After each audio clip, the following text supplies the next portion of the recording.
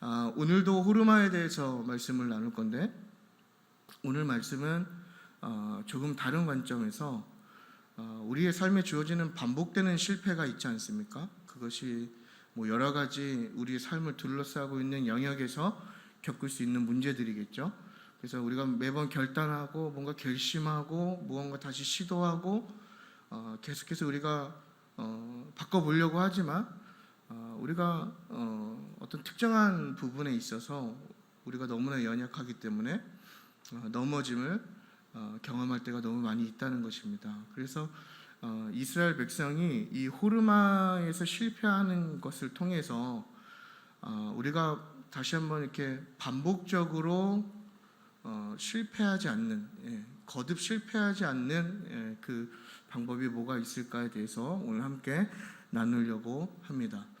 그래서 광야의 이스라엘의 그 하는 행동을 보면요, 잠언 3장 13절에 지혜를 얻은 자와 명철을 얻은 자는 복이 있다는 말씀이 떠오르는 것 같습니다. 이스라엘의 반응과 이스라엘의 한 걸음 한 걸음이 우리가 민수기와 모세오경을 잘 묵상하시다 보면 굉장히 어리석다라는 것을 많이 느낍니다. 이스라엘 민족이 계속해서 반복되는 실패를 경험한다는 거에 우리가 좀 주목할 필요가 있는데요.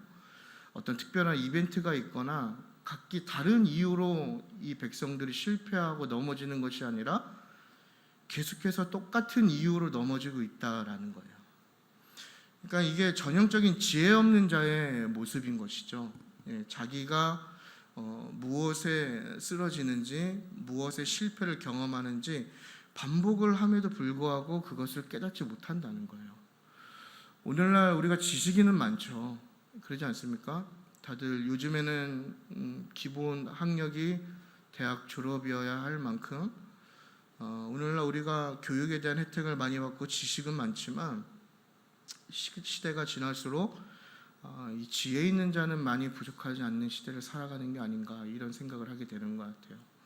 그러니까 이스라엘의 모습을 보면요, 이들 중에 몇몇이라도, 모세를 제외하고 몇몇이라도 지혜가 조금 있었다면 성경에 대한 기록이, 또 이스라엘의 행보가 조금은 바뀌지 않았을까, 이런 추측을 우리가 해볼 수 있다라는 것이죠. 근데 이것이 마찬가지로 영적인 이스라엘인 우리도 우리가 삶이라는 광야를 걸어갈 때에 우리가 지식적으로는 이미 그 방법을 알고 있다라는 거예요. 어떻게 하면 실패하지 않는다는 것을 지금처럼 이런 예배와 말씀과 큐티와 또 성경 공부와 각자의 방식대로 그 지식은 너무나 많이 알고 있다라는 거예요. 근데 정말 그것을 지혜롭게 우리의 삶에 녹여낼 수 있는 지혜가 부족한 것이죠.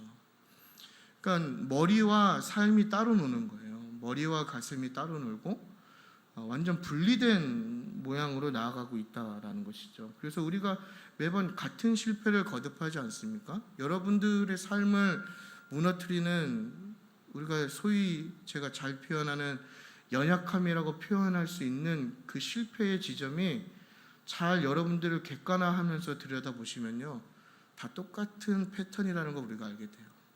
똑같은 상황 속에서, 똑같은 어떤 감정 속에서, 어떤 똑같은 느낌 속에서 우리가 매번 지금까지 우리가 열심히 했던 것들을 무너뜨리는 그러한 실패를 경험할 때가 많이 있다는 것입니다. 그래서 오늘 이 민수기 14장 39절에서 45절의 본문이 우리가 반복되는 실패를 경험하지 않게 하는 우리의 지혜가 되어줄 것이라 믿어 의심치 않습니다. 불신으로 인한 가나안 정탐 후에 이제 불평으로 인해서 죽음의 위기에 처해진 것이죠. 어떻게 보면 죽음이 선언된 것이죠, 광야 1세대에게. 그래서 25절을 보시게 되면 14장 25절에 아말렉인과 가나안인이 골짜기에 거주하나니 너희는 내일 돌이켜 홍해의 길을 따라 광야로 들어갈지니라, 이렇게 지금 이야기하고 있거든요. 지금 이 말이 뭐냐면요, 사실 가나안 정복에 있어서 아말렉인들과 가나안인들이 하나님의 계획 속에서는 사실은 싸워야 될 대상이 아니었다라는 걸 의미하는 거예요.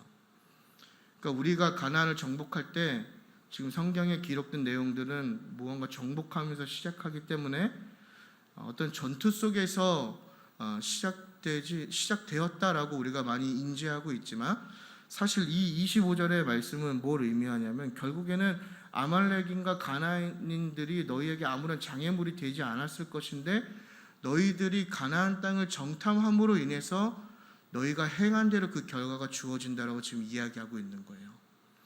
그러니까 지난주에 우리가 정탐이라고 하는 것은 하나님을 향한 불신과 불순종에 의해서 시작된 거라고 말씀드렸잖아요.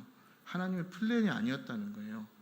그냥 사람들이 하나님을 불신했고 자기들이 갖고 있는 두려움에서 시작된 게 바로 이 가나안 정탐인데, 그 가나안 정탐의 길목에 있는 민족이 바로 이 아말렉인하고 가나안인들입니다. 그러니까 사실 정탐을 안 했다면 굳이 이들과 부딪힐 이유가 없는 것이죠. 근데 어떤 그 불신에 의한 행동으로 인해서 이제 위협이 아닌 민족들이 위협이 되는 상황이 되어버린 거예요. 그래서 하나님께서 하나님을 불신하고 원망하는 이스라엘 백성에게 이제 너희가 광야에서 죽을 것이다 라고 하는 벌을 내리시는 상황이 우리 앞전에 단락입니다. 이스라엘은 광야에서 실패를 경험했습니다. 이 실패라고 하는 것은 하나님과의 관계가 깨어지는 것을 의미하는 것이거든요. 지금 이스라엘의 상태는 실패한 상태입니다. 그러나 우리가 좀 지혜가 있었다면, 제가 왜 자꾸 지혜를 얘기하냐면, 실패를 한번 경험했을 때 다시 그 실패를 성공으로 바꾸기 위한 무언가 다른 시도들과 노력을 해야 지혜 있는 자라고 이야기할 수 있는데, 이스라엘 백성들은 스스로가 또 그 실패를 향해서 지금 가고 있다는 거예요. 굉장히 아둔한 것이죠. 그러니까 양의 습성을 보시면요, 굉장히 정말 적절한 은유가 아닌가, 비유가 아닌가 이렇게 생각이 돼요. 양들은요, 씻기면 다시 흙탕물로 뛰어들고, 구덩이에서 목자가 꺼내주면 그 구덩이로 다시 뛰어드는 게 양들입니다. 또 고집은 얼마나 센지 몰라요. 양이 순하다고 우리들 생각하시는데 양은 절대 순하지 않습니다. 괴팍하고 이기적이고 아둔하고 멍청하고, 여러분들이 그렇다는 건 아니에요. 양의 습성을 얘기하는 겁니다. 딱 그 상태인 것이죠 지금. 근데 지금 다시 또 그 속으로 들어가는 거예요.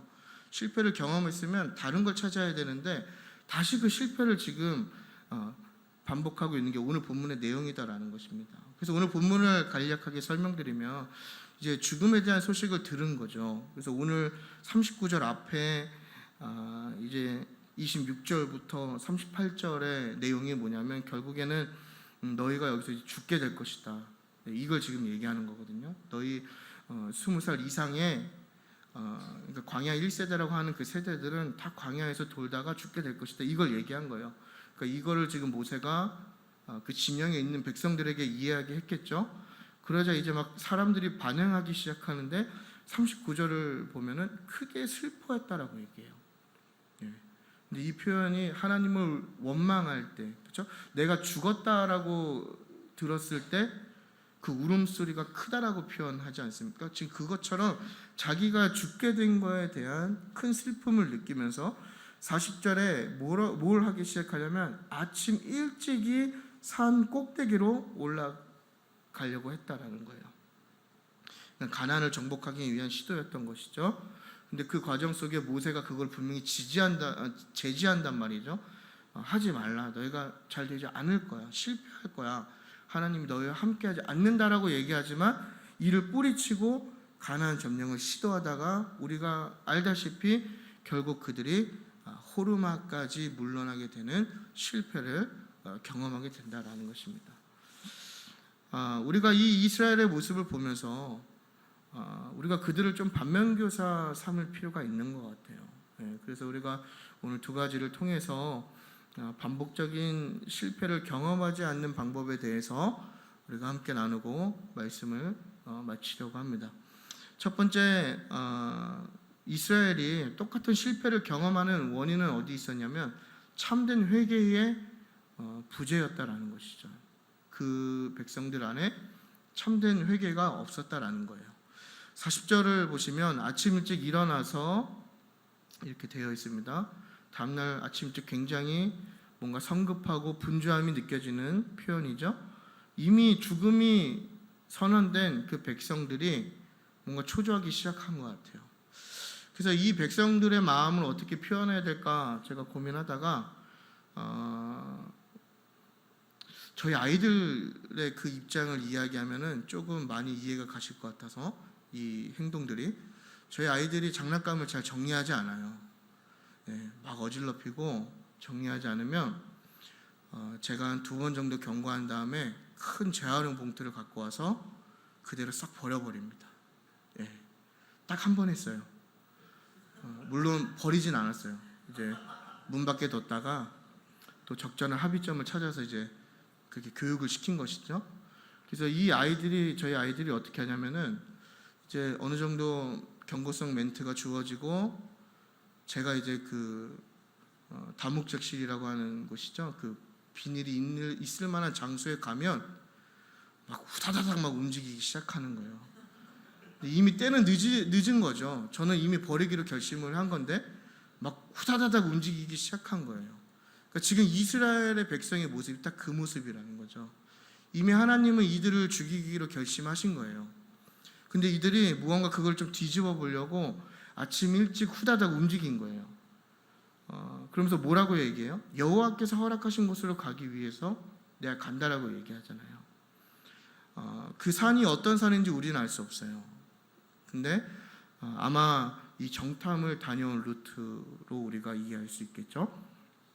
그러면서 뭐라고 얘기해요? 우리가 범죄하였음이다 이렇게 고백을 해요. 그러니까 이 얘기는 뭐냐면요, 다른 번역에는 뭐라고 되어 있냐면 우리가 잘못했다 이렇게 얘기해요. 저희 아이들도 제가 쓰레기를 버리기 시작하면 잘못했다고 얘기하고 다시는 안 그러겠다고 막 얘기하기 시작해요. 이미 때는 늦은 거지만 계속 그런 얘기를 하거든요. 지금 이스라엘 백성이 그렇게 얘기하는 거예요. 이미 죽음이 선언됐는데 나중에라도 뭘 해보려고 회개의 멘트를 하는 거죠, 결국. 그러면서 가나안을 향해서 가는 거예요. 모세의 만류가 있었죠. 너희들이 실패할 것이다. 근데 이 사람들이 그걸 무시하고 44절에 결국엔 어떻게 되어 있습니까? 그래도 산 꼭대기로 올라갔다. 그냥 이행하는 겁니다. 이미 이스라엘의 광야 1세대는 죽음이라는 결과가 정해져 있었습니다. 그들은 실패한 것이었죠. 근데 그들의 실패의 원인을 우리가 잘 알아야 되는데, 그들의 실패는 불평과 불신으로 인한 실패였어요. 근데 불평과 불신의 근본적인 마음의 시작은 어디냐? 바로 불순종입니다.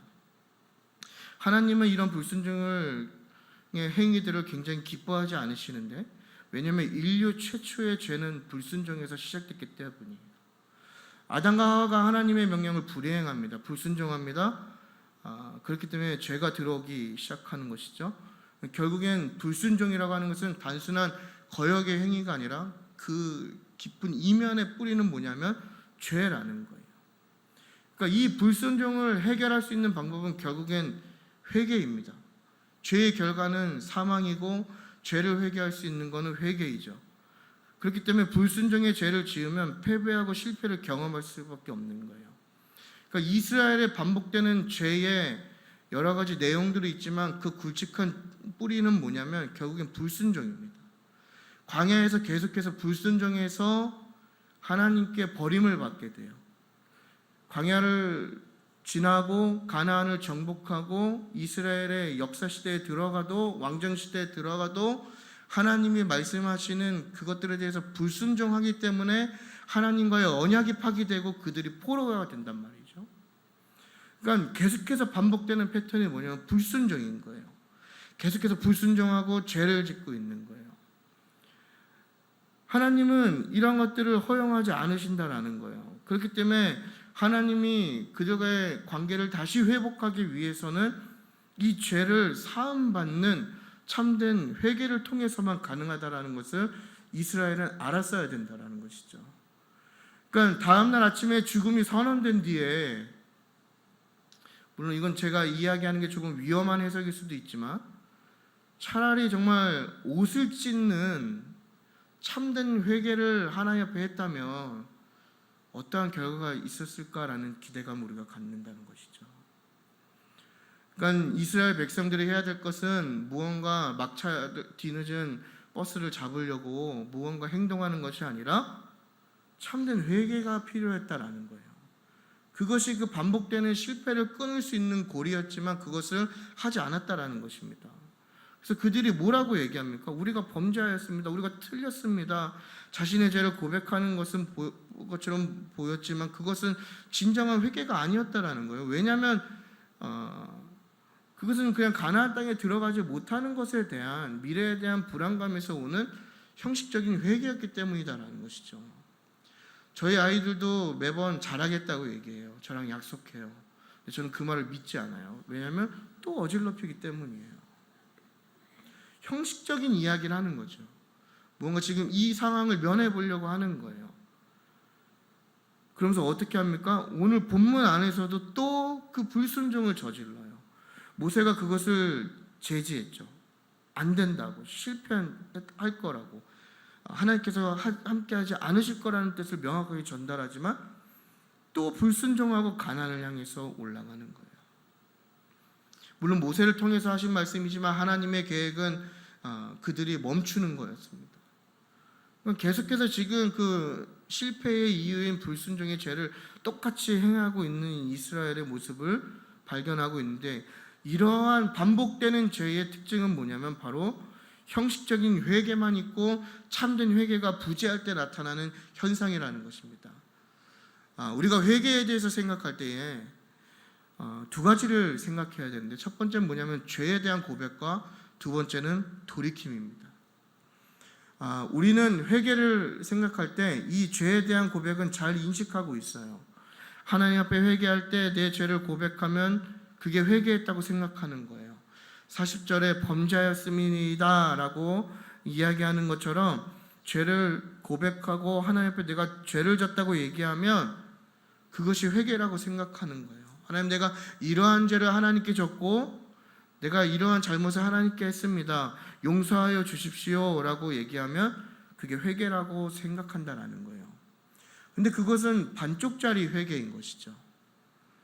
나머지 반쪽은 뭐냐면 바로 돌이킴이 있어야 된다는 거예요. 이 부분을 많은 사람들이 놓치고 있다는 것입니다.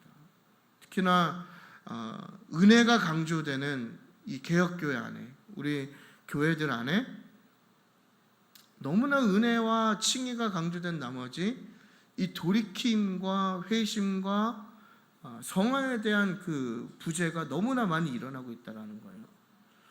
이 성경에서 회개의 단어가 어떤 의미를 갖고 있는지 잘 지금 표현해주고 있는데요. 히브리어로 회개가 갖는 의미는 뭐냐면요, 하나님에 대한 반역으로부터 돌이켜 순종하는 것을 의미해요. 말하는 게 회개라고 얘기하지 않아요. 하나님에 대한 반역으로부터 돌이키는 것. 그리고 헬라어는 이 회개를 뭐라고 어떤 의미를 갖고 있냐면요, 행동을 바꾸고 하나님과 새로운 관계를 시작하는 것을 지금 의미하고 있다는 거예요. 그러니까 성경에 사용된 회개라고 하는 그 단어, 구약과 신약의 히브리어와 헬라어의 그 의미 중에는 말로 하는 것이 회개라고 그 어떠한 의미를 갖고 있지 않아요. 성경이 이야기하는 어쩌면 가장 핵심적인 회개의 그 중심은 뭐냐면 돌이킴입니다. 돌이킴. 그러니까 신약과 구약의 그 단어가 약간의 해석적인 차이는 있지만 공통적인 핵심 의미는 뭐냐면 변화예요. 변화. 그러니까 이전과 다른 삶을 사는 것이죠. 그러니까 우리가 죄를 고백하는 것도 중요하지만 그 고백과 함께 우리의 삶을 돌이킬 때 그것이 참된 회개의 완성이라 하는 것을 성경이 이야기해주고 있습니다. 그러니까 광야 생활에서 이스라엘은 참된 돌이킴이 없는 모습이었죠. 그래서 이 사이클이 있지 않습니까? 계속 불평하고 원망하고 하나님 불신하고 불순종하고 모세라고 하는 중보자가 있었지만 그 모세로 인하여서 다시 한번 기회를 얻지만 또 불평하고 원망하고 하나님 불신하고 불순종하고 또 하나님 모세라고 하는 중보자가 있었지만 계속해서 이것들이 반복되잖아요. 그러니까 돌이킴이 없는 회개는 실패의 가장 큰 원인이다라는 것을 우리가 기억할 필요가 있습니다. 그러니까 이 회개의 기능은 뭐냐면요, 반복되는 죄를 끊는 역할을 하는 거예요. 이런 의미에서 볼 때 우리의 삶과 우리의 신앙이 하나님 앞에 성공하고 실패의 여부는 어디에 달려 있냐면 결국에는 우리 안에 참된 회개와 죄 고백을 통해서 이전과 다른 삶을 살 때 그것이 성공의 삶이다라는 것입니다. 우리를 넘어뜨리고 실패하게 만드는 반복적인 죄들이 우리 안에 있잖아요. 저는 그런 게 굉장히 많거든요. 근데 우리가 이 안에 참된 회개를 한다면 그 죄로부터 자유해질 수 있다라는 거죠. 그러니까 여러분 잘 생각해 보십시오. 과연 저와 여러분이 개인이 아마 개인이 잘 아시겠죠. 제가 뭐 여러분들의 마음을 알 수 없기 때문에 나의 반복적인 실패를 가져오는 죄는 무엇일까? 한번 지금 돌아봐야 되는 거예요. 그게 어떤 분들은 표면적으로 드러나는 죄일 수도 있고, 또 어떤 분들은 마음속에 있는 죄일 수도 있고, 또 어떤 분들은 삶의 윤리와 도덕에 관련된 죄일 수도 있고, 뭐 여러 가지 죄가 있을 수 있겠죠. 근데 중요한 것은 뭐냐면 그 안에 우리가 참된 회개가 있느냐예요. 많은 분들이 술, 담배를 가지고 은혜의 척도를 많이 삼으시잖아요. 그렇지 않습니까? 그래서 예수 믿고 술, 담배 안 하면 은혜 받았다고 얘기하고 변화됐다고 얘기하고 믿음이 좋다고 얘기하는데 저는 늘 그 얘기 항상 의문이 들어요. 권하는 건 아닙니다. 뭐 권하는 건 아니에요. 죄긴 죄죠. 저는 그것보다 누군가를 저주하고 미워하는 마음이 더 하나님 앞에 크다라고 생각하거든요. 우리 안에 이 돌이킴이 있냐라는 걸 지금 이야기하는 거예요. 끊어냄이 있는가. 그래서 이러한 참된 회개가 있을 때 저와 여러분이 하나님과의 관계에 있어서 실패하지 않는다라는 것을 기억하시면서 우리 안에 참된 회개가 있는 저와 여러분이 되시기를 기도하겠습니다. 두 번째는요, 하나님의 부재였죠. 하나님의 부재. 이스라엘이 반복해서 실패한 이유는 하나님의 부재입니다. 하나님이 계시지 않았어요. 가나안을 향하여 올라가는 백성들을 향해서 이제 모세가 계속 반대하죠. 우리 42절 한번 읽어볼까요? 42절 준비 시작.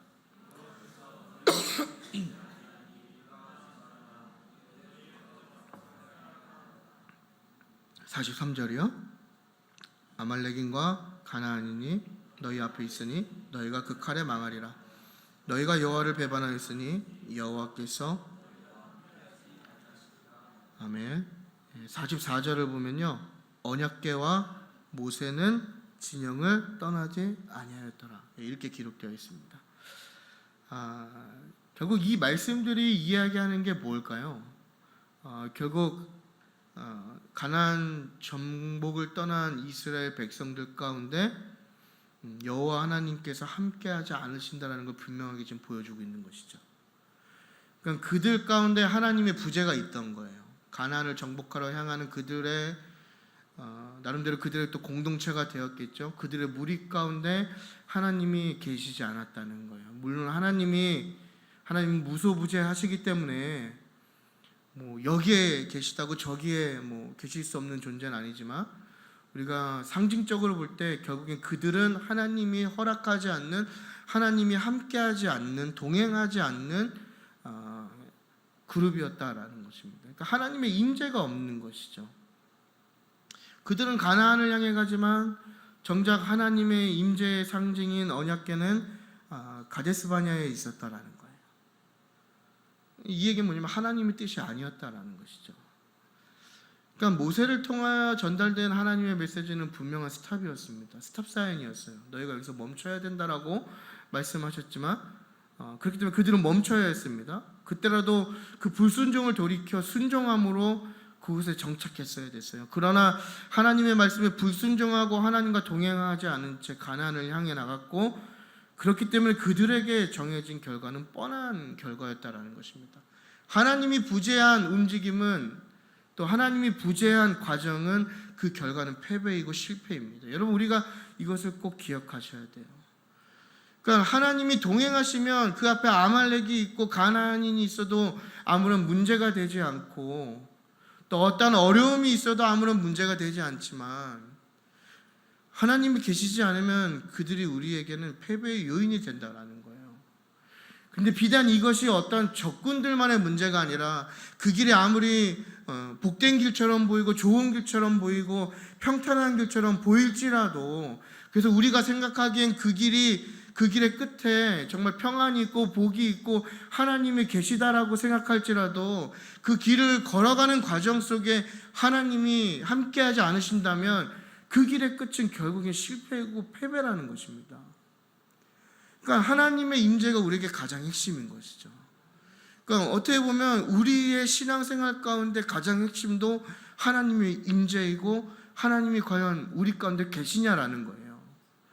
우리 교회의 핵심은요, 많은 사람들이 예배 드리는 것도 좋지만 그것보다 이 예배 안에 하나님이 계시냐라는 걸 우리가 느낄 수 있어야 된다라는 거예요. 우리가 많은 예배를 하나님 앞에 드리잖아요. 근데 그 예배 가운데 하나님이 계시냐라는 거예요. 출애굽부터 광야 지금까지 하나님이 늘 이스라엘과 함께 하셨습니다. 그리고 그들보다 앞서 행하셨어요.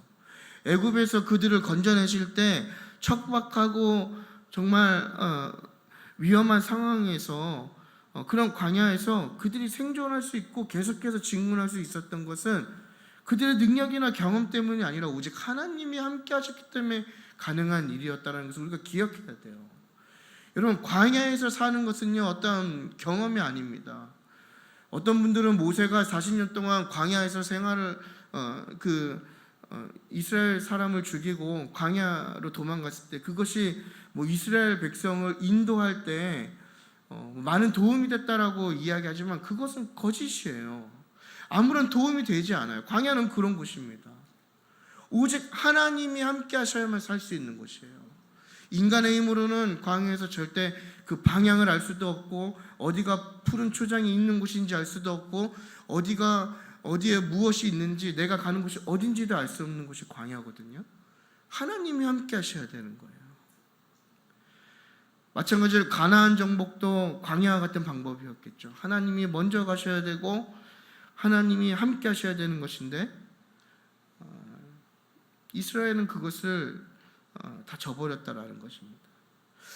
하나님께서 함께 하신다는 의미는요, 그분이 우리 가운데 거하신다는 의미도 있지만 또 한 가지 의미는 뭐냐면 하나님께서 우리를 인도하신다는 의미가 있다는 거예요. 하나님의 인도하심을 받기 위해서 우리는 하나님보다 앞서지 않아야 됩니다. 그게 선행되어야 되는 조건이에요. 우리가 하나님보다 앞서는 순간 우리는 하나님의 인도하심을 받게 되는 그 특혜를 잃어버리게 되는 것입니다. 이 얘기는 뭡니까? 내가 하나님의 인도하심을 받는 삶을 살고 싶다면은 결국에 하나님보다 뒤에 있어야 된다는 것이죠. 먼저 행하지 않는 것. 하나님의 인도하심이 없고 하나님이 함께 하시지 않는 모든 행위의 결과는 실패인 것을 우리가 기억해야 됩니다. 이 내용은 우리에게 너무나 익숙하지 않습니까? 너무나 잘 아는 내용이에요. 여기 계신 분들 중에서 하나님이 함께 하셔야지만 승리하고 하나님이 함께 하셔야지만 좋은 거라고 모르시는 분이 누가 계시겠어요? 다 알고 계시잖아요. 그러나 이게 가장 중요한 내용임에도 불구하고 우리는 매 순간 이것들을 놓치고 있다는 거예요. 그러니까 이스라엘 백성도 마찬가지였죠. 그들은 알지 않았겠습니까?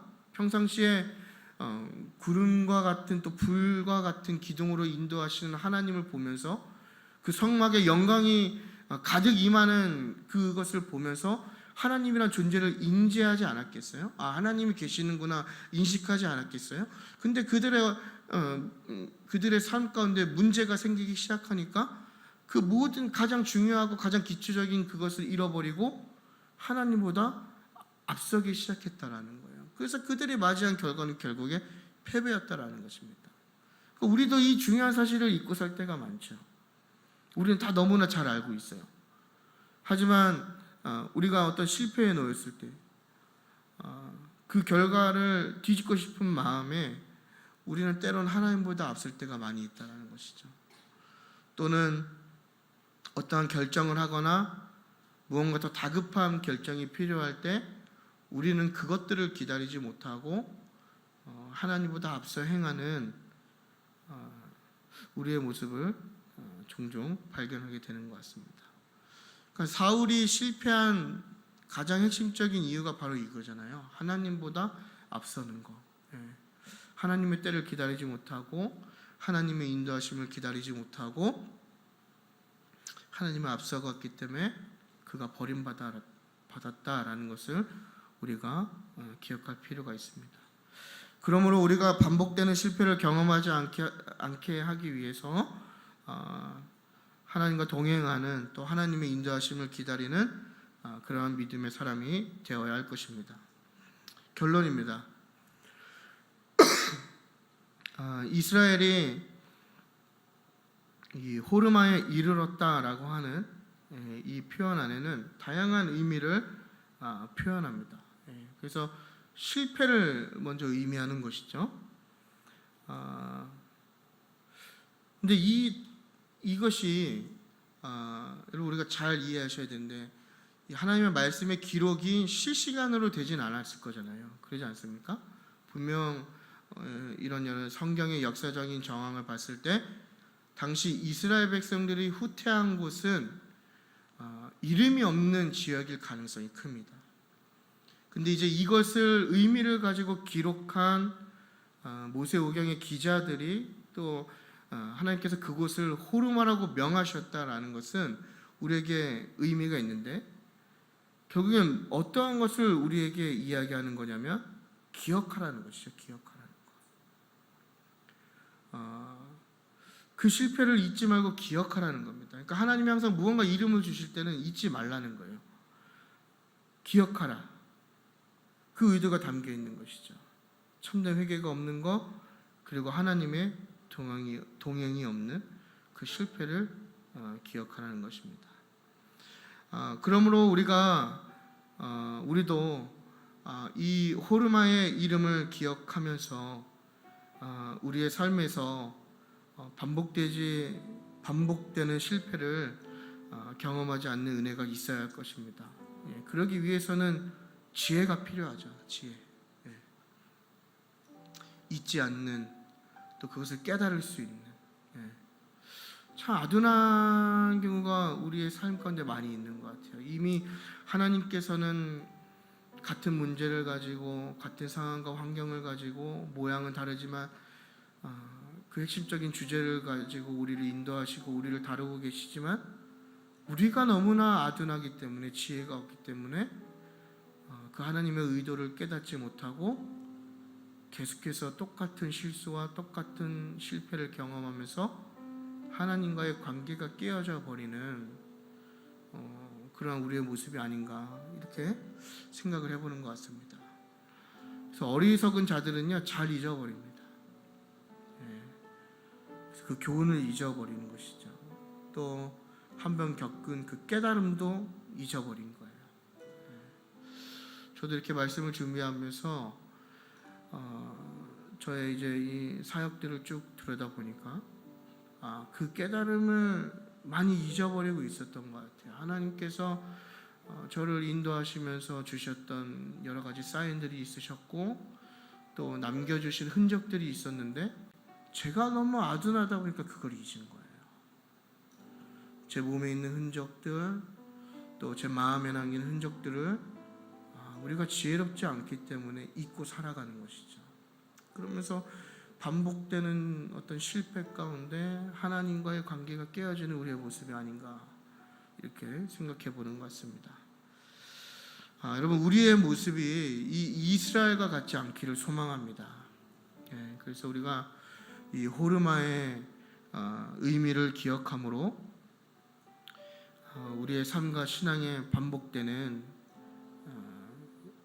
실패하는 패배자가 되지 않기를 여러분 기도하고 축복하겠습니다.